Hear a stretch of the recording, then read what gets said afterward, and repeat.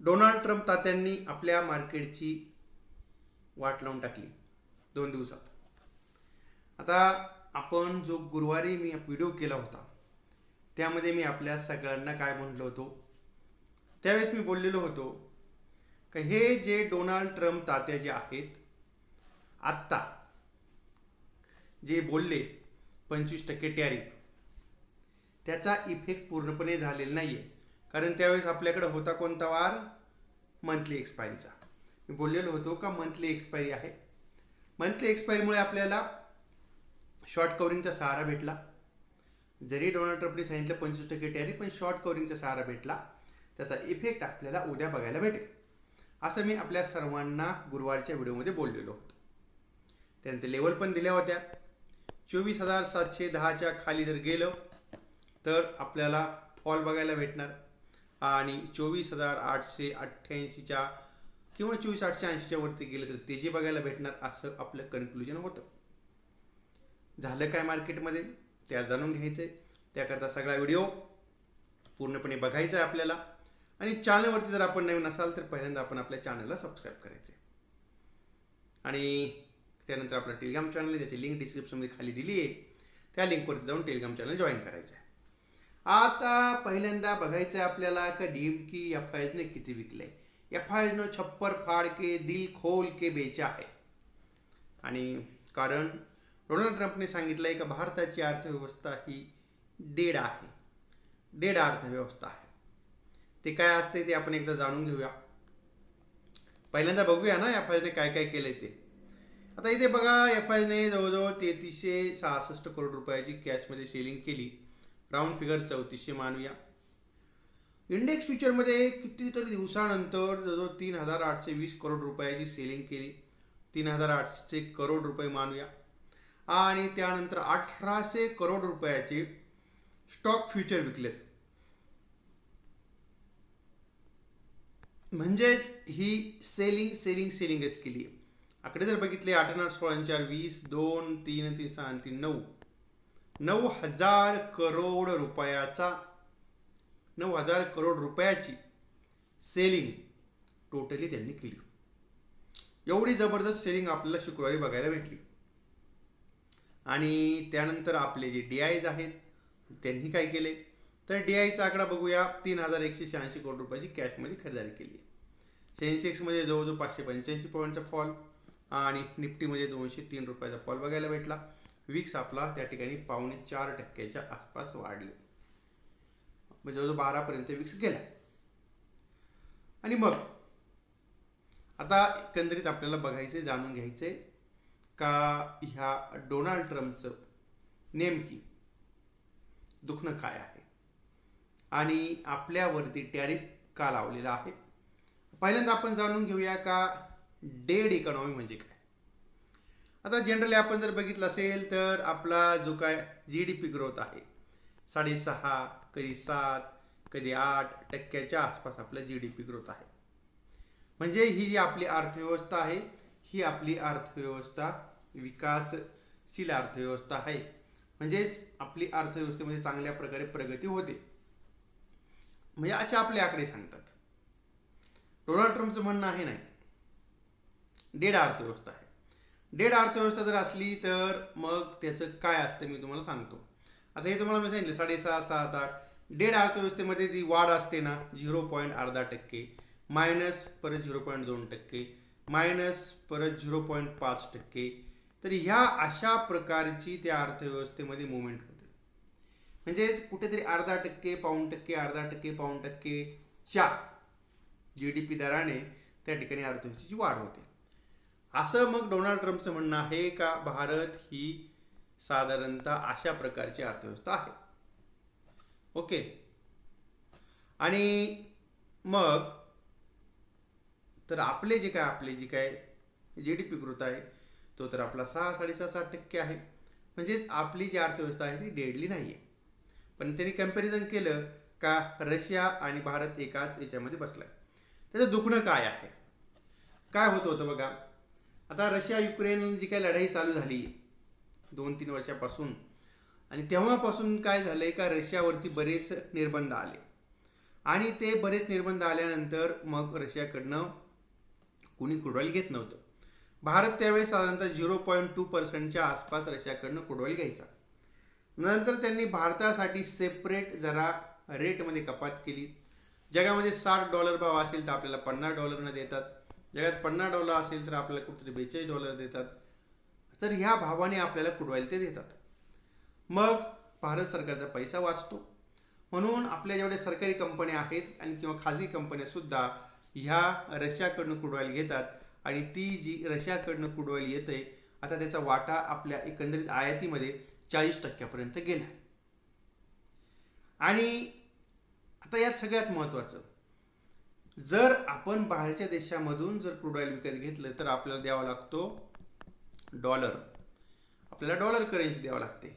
पण भारत आणि रशियामध्ये करार झालेला आहे का रशियाची करन्सी आपल्या देशामध्ये जर समजा आपल्या देशामध्ये रशियामध्ये जर समजा आयात निर्यात झाली तर आपण त्यांचं चलन आणि ते आपलं चलन स्वीकार करतात. म्हणजेच आपल्याला त्या ठिकाणी जे डॉलर आहेत ते द्यावे लागत नाहीत. मग हा बेनिफिट आहे. आता झाले का अमेरिकेबरोबर ते मी सांगतो. अमेरिकेचा आणि भारताचा जर व्यापार बघितला तर होतंय काय, 100 रुपयाची वस्तू ही काय होते, 1 मिनटं तुम्हाला सांगतो. आता पहिली गोष्ट आहे, आता इथे आपण नाव टाकूया इंडिया, इथे नाव टाकूया US. भारत US ला काय करतो, 100 रुपयाची वस्तू पाठवतो. पण US मध्ये भारतामध्ये वस्तू फक्त किती रुपयाची येते, साधारणतः अराउंड असं म्हणूया 55 रुपयाच्या आसपासची वस्तू येते. म्हणजेच तर यांचं म्हणणं काय आहे, तुमच्याकडनं 100 रुपयाची वस्तू आली तर आमच्याकडनं पण 100 रुपयाची वस्तू घ्या. डोनाल्ड ट्रम्पचं म्हणणं आहे का भारताबरोबर व्यापार करण्यामध्ये 45% तूट आहे, ती तूट भरून काढायची. जर ती तूट भरून काढायची असेल तर त्याचं असं म्हणणं आहे की भारतामध्ये जे कृषी क्षेत्र आहे तर ते कृषी क्षेत्र आमच्यासाठी ओपन करा. म्हणजे त्यांच्याकडनं काय कृषी क्षेत्रासाठी लागणाऱ्या वस्तू असतील, महागड्या कार वगैरे ज्या गोष्टी, आणखीन काय त्यांनी सांगितलेलं आहे, तर हे सगळे क्षेत्र ते म्हणतात का त्यावरती तुम्ही टॅरिफ कमी करा. टॅरिफ कमी केला म्हणजे भारतातले उद्योग बंद बसणार, भारतातला शेतकरी बर्बाद होणार, म्हणून सरकार या गोष्टीला नकार देते. आता इथे होतंय काय का ह्या भारत आणि अमेरिकेच्या व्यापारामध्ये नुकसान अमेरिकेला होतंय. भारत रशियाच्या व्यापारामध्ये दोन्ही देशांना फायदा होतोय. आता ते नुकसान किती होते ते आपण एकदा बघूया. ओके, आता बघा इथे आपण ह्या ठिकाणी US इंडिया आणि ट्रेड डिफेक्ट जर बघितला तर आता साधारणतः 45.7 अब्ज डॉलरची तूट ही साधारणतः यांच्यात आहे. म्हणजे होतं काय, भारत ज्या गोष्टी पाठवतो अमेरिकेला, ज्या अमेरिकेतून येतात त्यामध्ये 45.7 अब्ज डॉलरची तूट आहे. म्हणजे हा तेवढा फायदा भारताला होतोय आणि हे खरं दुखणं अमेरिकेचं आहे. त्यामुळे जो 25% जो टॅरिफ लावलेला आहे आणि रशियाबरोबर जर काही खरेदी केली तर फाईन लागणार, असं हे ताळतंत्र आहे. आणि आता ह्या डोनाल्ड ट्रम्पचा आपण बघतोय का नरेंद्र मोदी म्हणतात अरे मेरा मोदी, हे हाऊडी मोदी नावाचा कार्यक्रम त्यांनी डोनाल्ड ट्रम्पच्या निवडणुकीसाठी केला होता मागच्या टर्मच्या, त्यावेळेस ते जिंकले नाही. नंतर त्यांनी परत तिकडे जाऊन कार्यक्रम केला होता, अमेरिकेमध्ये जाऊन प्रचार केला, तरी पण ते पडले. आणि ज्या वेळेस नरेंद्र मोदी कुणाबरोबर जातात त्यावेळेस त्याचा कार्यक्रमच होतो. महाराष्ट्रामध्ये आपण बघतोय जेवढ्या खासदारांचं त्यांनी प्रचार रॅल्या केल्या ते पडले. ज्या वेळेस ते आपलं जे चांद्रयान लॉन्च करायच्या वेळी ज्या वेळेस ते राहिले तिथे त्या ठिकाणी उपस्थित, ते आपलं काय सक्सेस झालं नाही. म्हणजे असा एक प्रकारचं ते आहे त्यांचं व्यक्तिमत्व. पण आता विचार करा, भारतासारखा मोठा देश, पण भारताबरोबर अमेरिकेने ट्रेड डील केली नाही, पाकिस्तान बरोबर ट्रेड डील केली, बांगलादेश बरोबर ट्रेड डील केली, बांगलादेशाबरोबर ट्रेड डील केली, पाकिस्तान बरोबर ट्रेड डील केली, भारताबरोबर ट्रेड डील केली नाही. मग आता तुम्ही विचार करा नरेंद्र मोदींचं महत्त्व किती आहे. नरेंद्र मोदी जगातले सगळे देश फिरलेले आहेत. आता 10,000 लोकसंख्या असलेले देश सुद्धा ते फिरत आहेत. पण जगातला सगळ्यात मोठा दहशतवादी देश कोण, पाकिस्तान. आणि हाच पाकिस्तान जागतिक दहशतवाद विरोधी संघटनेचा अध्यक्ष बनलाय. 182 मतं पडले त्याच्या बाजूने, 4च मतं त्याच्या विरोधात पडलेले आहेत. म्हणजे 4च देश भारताच्या बाजूने आहेत, 182 देश भारताच्या बाजूने नाही आहेत. ही अशी अवस्था आहे आपली.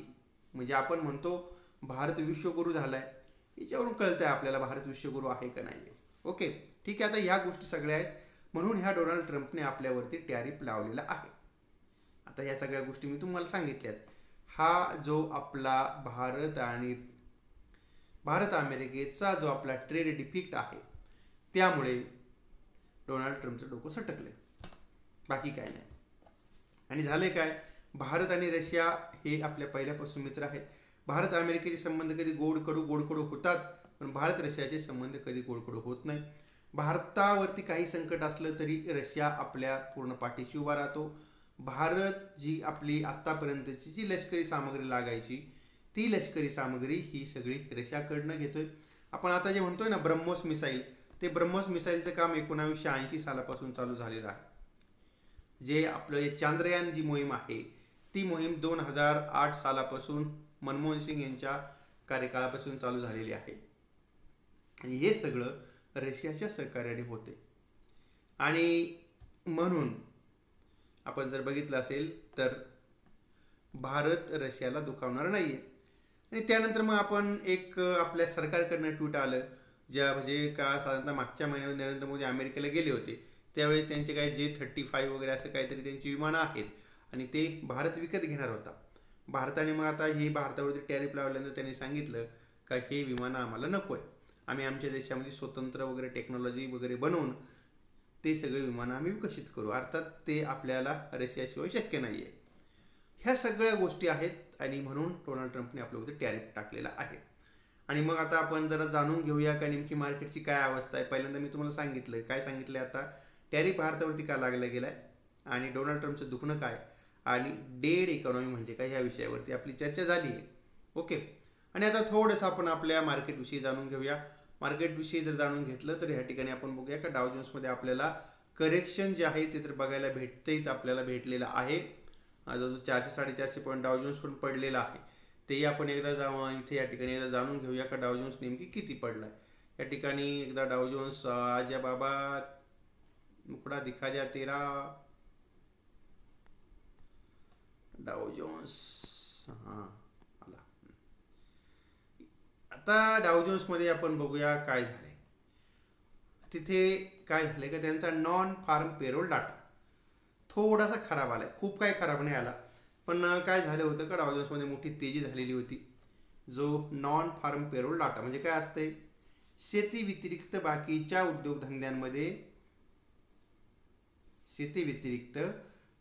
उद्योगधंद्यामध्ये किती नोकऱ्या मिळालेल्या आहेत, हा तो डाटा असतो. तो डाटा जी त्यांची अपेक्षा होती त्या अपेक्षेपेक्षा थोडा खराब आलाय.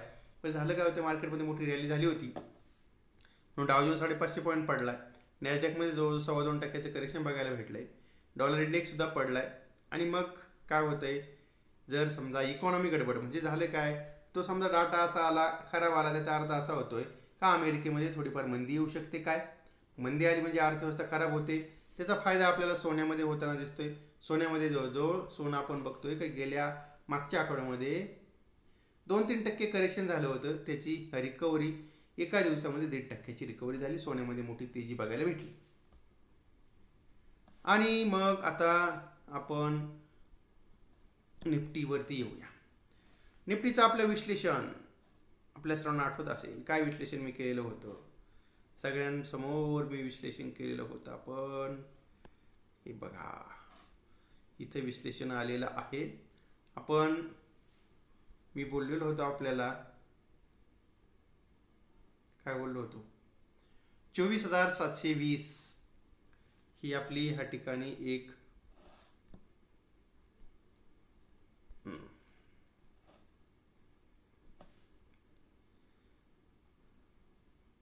इथे ही आपली एक ट्रेंड लाईन होती. का होती जाणून घ्या. इथे बघा, इथे रेजिस्टंट फॉल, नंतर हा तोडला, मोठी ग्रिप बघायला भेटली.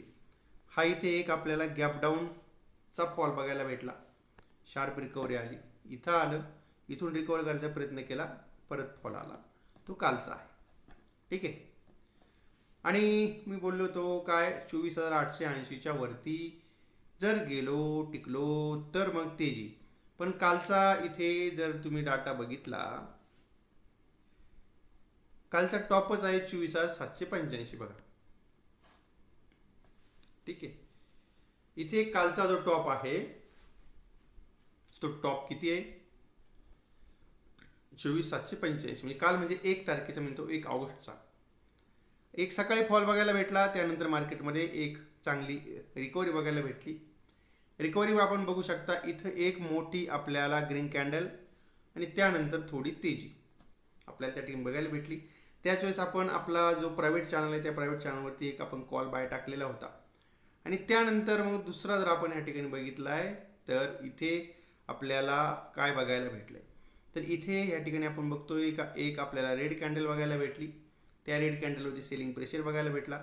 त्यानंतर एक थोडा फॉल आला, पण आपल्याला कन्सोलिडेशन बघायला भेटलं आणि त्यामुळे नंतर आपण कुठलाही ट्रेड दिला नाही, कारण त्या कन्सोलिडेशनमध्ये प्रीमियम डीके हा एकदम जोरात होत असतो. आपल्याला हे सगळं माहिती आहे. तो प्रीमियम डीके जोरात होणारच होता, कारण नेमकी आपल्या एक्सपायरी नंतर पहिला दिवस होता, म्हणजेच परत नवीन एक्सपायरी होती. समजा नवीन एक्सपायरीचा पहिला दिवस होता विकलीचा. आणि मग इथे आपण बघतोय का त्या ठिकाणी ही एक डायरेक्ट एक मोठी रेड कॅन्डल तयार झाली. त्या मोठ्या रेड कॅन्डलमध्ये आपण बघितलं असेल का धाड धाड धाड धाड धाड धाड मार्केट खाली आले शेवटी क्लोजिंगच्या वेळेस. आणि त्यामुळे मग आपल्याला त्या ठिकाणी कुणालाही असा मोठा चान्स मला असं वाटतंय की त्या ठिकाणी बघायला भेटला. आणि शेवटी काय होते, आठवड्याच्या शेवटी जरा थोडी मार्केटला रिस्क पण असते. मार्केट कधीतरी शार्प रिकव्हरी येते किंवा आपल्याला शार्प फॉल सुद्धा बघायला भेटतो. मग आता आपल्याला उद्यासाठी, उद्या म्हणजे अर्थात सोमवार, नाही तर तुम्ही म्हणाल रविवारी मार्केट चालू आहे का काय. ठीक आहे. आता एक गोष्ट लक्षात घ्या, काय होतंय सध्या मार्केट आपल्याला बघतोय का म्हणजे लोअर लो आणि त्यानंतर लोअर टॉप या अशा पद्धतीचं मार्केट चालू आहे. हा पहिली गोष्ट आपल्यासाठी महत्त्वाची आहे. बघा आता ही जी आपली पहिली 15 मिनिटाची जी कॅन्डल आहे, ही कॅन्डल जोपर्यंत त्याच्यावरती आपण जात नाही आता तोपर्यंत परत मोठी अपमूव नाही. ती लेवल जर तुम्ही बघितली असेल तर इथे बघा. आता एक गोष्ट लक्षात आपण ठेवायची, मार्केट आहे ना काय करतं, हे मार्केट आपल्याला साधारणतः रिपीट आपल्याला हिस्ट्री वगैरे रिपीट करतं. त्याकरता पहिल्यांदा आपल्याला ही लेवल जी आहे ती क्रॉस करणं गरजेचं आहे. 24,610 त्याच्यावरती गेलो पाहिजे, नंतरच आपल्याला ती जी आहे त्याच्यावरती पण गेल्यानंतर आपल्याला एक ग्रीन कॅन्डल एक आपली तयार झाली पाहिजे. आणि ती ग्रीन कॅन्डल तयार झाल्यानंतर ती ग्रीन कॅन्डल कशी तयार झाली पाहिजे, आपल्याला ती ग्रीन कॅन्डल आपल्याला अशी तयार झाली पाहिजे, इथे खालच्या साईडला मोठी विक पाहिजे आणि इथे आपल्याला टॉप पाहिजे आणि जो तिचा कलर आहे ग्रीन असला पाहिजे. अशी कॅन्डल आपल्याला पाहिजे. आपण याला डिलीट करूया एकदा. आपल्याला कॅन्डल कशी पाहिजे बघा, अशी पूर्णपणे ग्रीन वरती आणि त्यानंतर असं पाहिजे. म्हणजे काय, इथे या सेलर्सनी खूप जोर लावला पण शेवटी बायर्सनी हिला टॉप वरती नेऊन क्लोज केलं. अशी कॅन्डल पाहिजे. अशी कॅन्डल जर आपल्याला भेटली तर आपल्याला एक शार्प मुवमेंट त्या ठिकाणी बघायला भेटेल.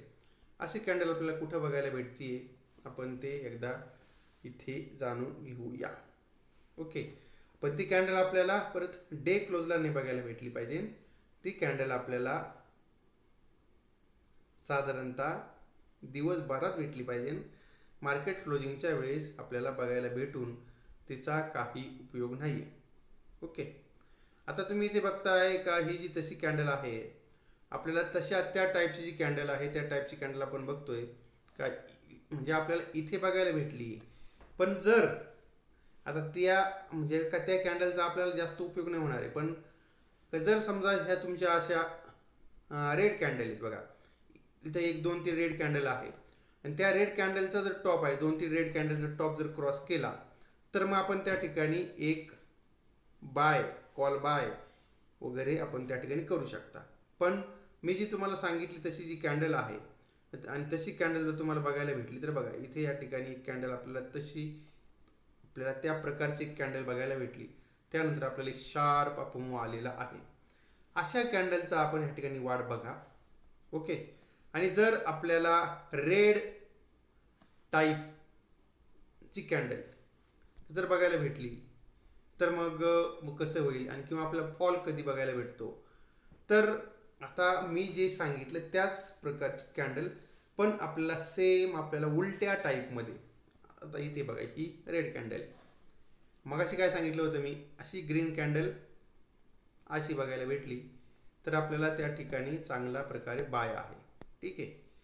आणि आता ह्या कॅन्डलचा कोणता प्रकार आहे कॉमेंट्समध्ये लिहायला बिलकुल विसरू नका. जरा तुम्ही पण डोक्याला त्रास द्यायला शिका. आणि पण आता ह्या कॅन्डलच्या नेमकी आपल्या उलटी कॅन्डल असली आणि किंवा या अशीच जरी कॅन्डल असली पण रेड असली, ओके, आता हिला काय म्हणतात या कॅन्डलला ते मग आपण कॉमेंट्समध्ये टाका. आता जर समजा अशीच कॅन्डल रेड असली आणि अशी असली पण तरी आपल्याला त्या ठिकाणी सेल आपण क्रिएट करू शकतो. पण त्याच्या खाली आता या क्लोजिंगच्या खाली कॅन्डल रेड क्लोज झाली पाहिजे आणि तर आपण त्या ठिकाणी तिला सेल करू शकतो. आणि किंवा मग आपण जर आपल्याला ह्या दोन कॅन्डल आहेत साधारणतः बघा, एक मिनिट तुम्हाला सांगतो मी. हां, जर आपल्या दोन्ही कॅन्डलचा टॉप, एक रेड कॅन्डल आणि एक आपली ग्रीन कॅन्डल, आणि त्याचा जर टॉप जर बरोबर असेल आणि किंवा टॉप सेम असेल तर तिथेही सेल पोझिशन क्रिएट करू शकतो. किंवा एक रेड कॅन्डल आणि एक आपली ग्रीन कॅन्डल आणि तिचा जो बॉटम आहे तोही सेम असेल तर त्या ठिकाणी बाय क्रिएट करू शकतो. आता ते कसे बघा, आता इथे ह्या दोन्ही कॅन्डलचा जो बॉटम आहे तो सेम आहे. इथे एक रॅली आपल्याला बघायला भेटली. ठीक आहे. त्यानंतर आता अजून तुम्हाला दाखवतो. इथे बघा, आता इथे ही एक कॅन्डल आहे, ही ग्रीन कॅन्डल आहे. रेड कॅन्डलचा टॉप सेम आहे, तिचा वाला क्लोजिंग वरची सेम आहे, फॉल बघायला भेटला. ओके. आणि त्याच्यानंतर आपण नंतर परत बघतोय. आता मग तुम्ही म्हणाले इथे आहे, पण इथे जरी असलं तरी आता ही कॅन्डल केवढी, ती कॅन्डल केवढी, ती कॅन्डल आपल्याला जवळजवळ तिच्या निदान 50%च्या आसपास तरी वरती पाहिजे. ओके. आता जो सपोर्ट आपल्यासाठी आहे तो कोणता आहे ते आपल्याला जाणून घ्यावा लागेल. आता तो जर जाणून घेतला तर तर तर तर तर तर तर आणि तर बघा इथे सपोर्ट आपल्याला झोन कुठे आहे बघा, या ठिकाणी सपोर्ट झोन आहे अराउंडच्या कुठे, ही एक लेवल आहे सपोर्ट झोनची, अराउंड 24,465च्या आसपास आहे. मग आता इथे आपल्यासाठी पहिली गोष्ट 24,610च्या वरती जर गेला तर आपण त्या ठिकाणी वरती जाऊ शकतो, अपमूव्ह येईल. आणि जर हे किती 26 झाले, 24 आणि 24,500च्या खाली जर गेला तर आपल्याला त्या ठिकाणी फॉल बघायला भेटेल निफ्टीमध्ये. पण आपण तरीही आता काय होतंय, आपण जवळजवळ वरच्या लेवलपासून 1,000 पॉईंटने खाली आलो, तेव्हा आपल्याला ट्रेड घ्यायचा आहे पण कन्फर्मेशनसुद्धा पाहिजे. मेजर लेवल तोडला तरच सेल साईडला जायचं आहे. मेजर लेवल तोडला नाही, थोडा डीप आला तर सेल साईडला बसायचं नाही. कधी शार्प रिकव्हरी बघायला भेटू शकते, कारण आपल्याला ह्या लेवलपासून तुम्ही जर बघितलं असेल तर बऱ्याच वेळेस शार्प रिकव्हरीसुद्धा आलेली आहे. तुम्ही मागची चार्ट बघा, इथून तुम्हाला ह्या लेवलपासून शार्प रिकव्हरी वगैरे बघायला भेटलेली आहे. आणि त्यामुळे ठीक आहे, आपण कुठलाही ट्रेड करताना सावधानतेने ट्रेड करा. अर्थात आपलं लक्ष ठेवायचं कोणत्या लेवलवरती, आणि ती लेवल जी मी तुम्हाला सांगितलेली आहे त्या लेवल आता आपल्या समोर इथं आलेले आहेत बघा. पहिली गोष्ट आहे ती लेवल आपल्यासाठी आता 24,610 हा पहिला रेजिस्टंट आहे. तो जर क्रॉस केला तर पॉसिबिलिटी आहे आपण कुठपर्यंत जाऊ शकतो, 24,720 पर्यंत परत जाण्याचा प्रयत्न करणार, कारण हा पुढचा रेजिस्टंट झोन आहे. जवळजवळ तिथून 100-100 पॉईंट्स ती जी पण बघायला भेटू शकते. पण जर 24,610च्या खाली कंटिन्युअसली जर राहिलं तर मग अराउंड 100-1 पॉईंटचा फॉलसुद्धा बघायला भेटू शकतो. ओके. आणि तेव्हा आता इथे आपण थांबतोय, बोलता बोलता बराच मोठा व्हिडिओ झालेला आहे अराउंड 25 मिनिटाचा. आणि तेव्हा आपल्या सर्वांना डिस्क्लेमर, हा जो काय आपण सगळा व्हिडिओ बनवला आहे, सगळा व्हिडिओ मी आपल्यासाठी एज्युकेशनल पर्पज म्हणून व्हिडिओ बनवला आहे. या व्हिडिओमध्ये मी कुणालाही कुठल्या प्रकारे खरेदीचा किंवा विक्रीचा सल्ला आपण दिला नाही. आपण याची कृपया नोंद घ्या आणि कुठलाही ट्रेड करताना आपण आपल्या जबाबदारीवरती ट्रेड करा. माहिती चांगली वाटली असेल तर आपण आपला हा छोटासा व्हिडिओ आपल्या मित्रांपर्यंत शेअर करा आणि चॅनलवरती नवीन असाल तर चॅनलला सबस्क्राईब करायला बिलकुल विसरू नका.